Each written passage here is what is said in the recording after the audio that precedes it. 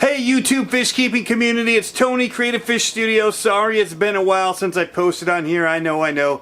It's horrible of me, but you know what? People have been just crushing the views, asking questions, even on some of the older videos, and so I just want to make sure I came back here, gave some updates on what we got going on here in the garage. The fish room, it's much smaller scale now. I did put in a pond out back, which is the last video was the winter storm we had come in and some of the stuff that I did to help try and take care of that during the storm. But most of you want to know about the other tanks that I have here in the garage, so let's go ahead and take a quick look at those. Alrighty guys, so here is the 29-gallon. This is the BioCube, and it was the second saltwater tank that I set up, but it is now the only saltwater tank that I have, and here's why. On the other one, the skimmer overflowed and the auto top off just kept filling it up with fresh water and got things all out of whack, made a huge mess in the garage, and that was kind of the beginning of the end for that tank, unfortunately for me.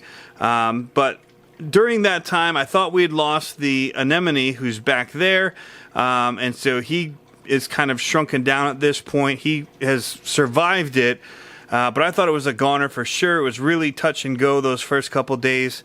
And I had to bring the salinity back up gradually, so I wasn't just going to go right back up to 1025, because I just figured that double shocking them wouldn't be a good thing. So what I did was I slowly brought it up over the next couple days, just adding new salt water. So anyway, that was part of the beginning of the end. I decided you guys, I guess I should go back even further. I'd already gotten rid of the hippo because we decided I wasn't going to get a 200-gallon because my travel for work was just getting too crazy, and I'd lost some of my corals because I wasn't able to be home to do water changes, and I didn't have somebody to do that. So I got a little behind. Might go 2 weeks at a time without water changes, and just through that time, I wasn't dosing properly, and I wasn't dosing at all, and so I was sucking up the nutrients in the water and the things that were needed for the corals to thrive and survive. So I actually lost this one right here completely. It was basically like a fossil rock, but as you can see, it's actually started to grow some back, so that's been pretty neat to see. So I did bring the corals on over here. I do have some, and actually that started to come back in the other tank. So this has just been within the last 2 weeks that I've made this move. I brought in this tank. It had always been just a couple clownfish in here, and that's about all it was. And so this rock, I didn't have enough cleanup crew in here, and I was getting some algae, and I was pulling it out and trying to just do it by hand. But with the other tank being gone, I've now got tons of snails. I've got the sea urchin. I've got the hermit crabs down there in the back doing their business.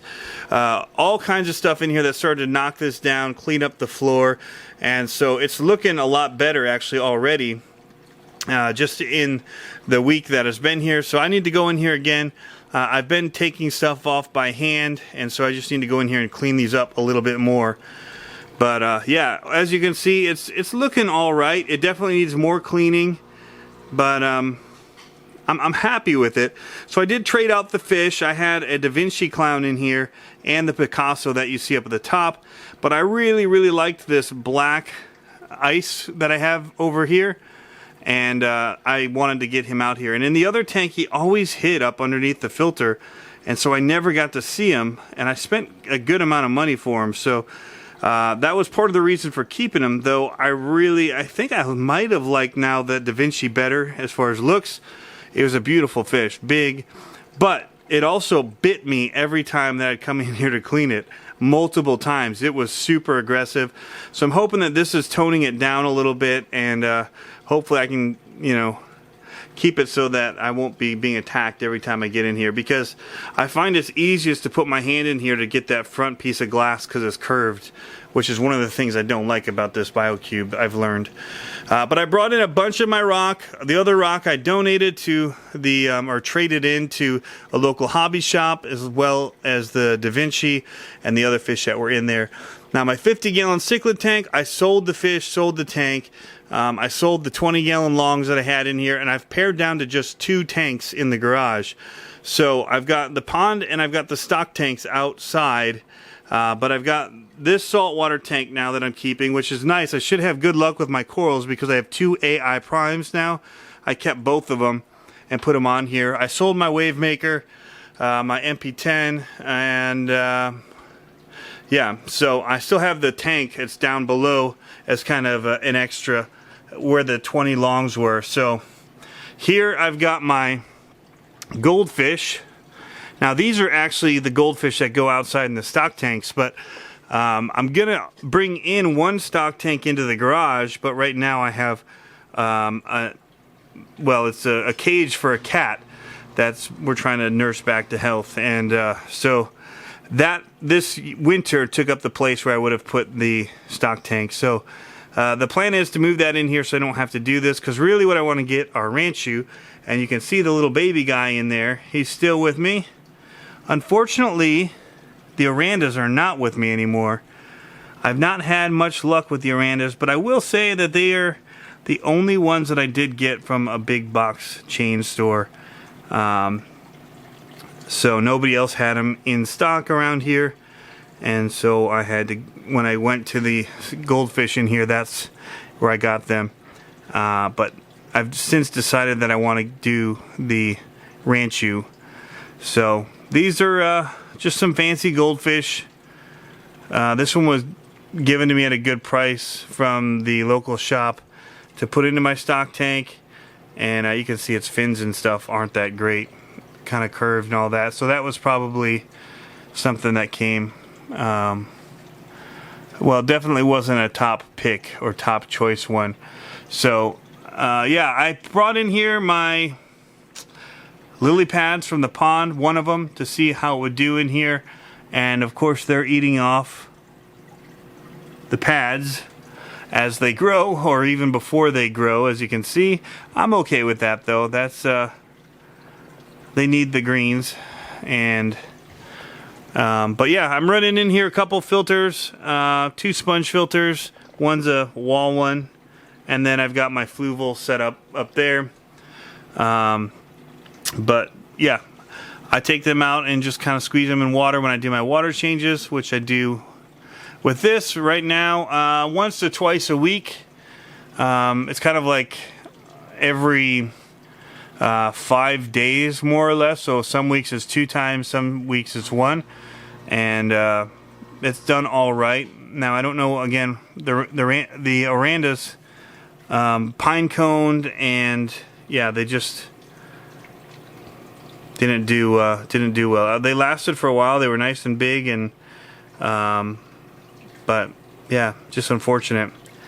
They were, other than the ranchu, my favorite in here. So I prefer a little bit more crazy looking goldfish. I don't mind fantails, but I prefer like the ranchus or the orandas.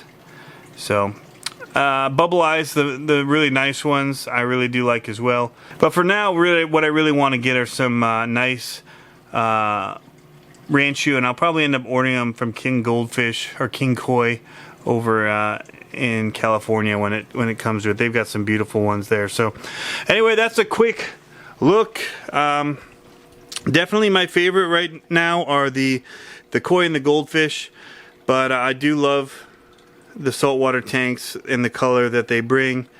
There's just something about goldfish, though, the way that they are so friendly. However, now that I've changed the tank mates in here, these things come up here, not with the camera. They seem a little weirded out right now, but and the lights, I had to turn them on full in order to film in here. But they're hiding a little bit more. But normally they come right up to this glass and they beg when I come out here. So they're just being a little bit skittish right now. Anyway, let me know what you guys think. Again, I'm not a professional fish keeper by any means. Just a dad who's enjoying the hobby with his sons, and you know, doing experiments. We enjoy coming out here, looking at them, feeding them, doing the water changes and testing the water, so we can try and keep it up. But my goal with this one is, because of the location, I want to make it a feature tank, and so I'm going to start adding some more corals in here again. And I've just opted to manually top off the water. It just takes a couple of little cupfuls a day, and so I just prefer to do that after having the last little hiccup and overflowing and all that. So plus it's just one more set of things hanging from the back of this. So this is what I used to keep the fish from jumping into the back after I had one of the fish do that several times. And I also have one that I put on the top, which isn't on here right now. I took it off while I was in here working on it. So anyway, that's the quick update. Sorry that I've been missing, but thanks for all the people watching the videos, keeping up, and for subscribing. I can't believe how many people have been subscribing, even though I've been gone. You guys are awesome. So thanks for tuning in, and we'll catch you next time. It shouldn't be as long next time.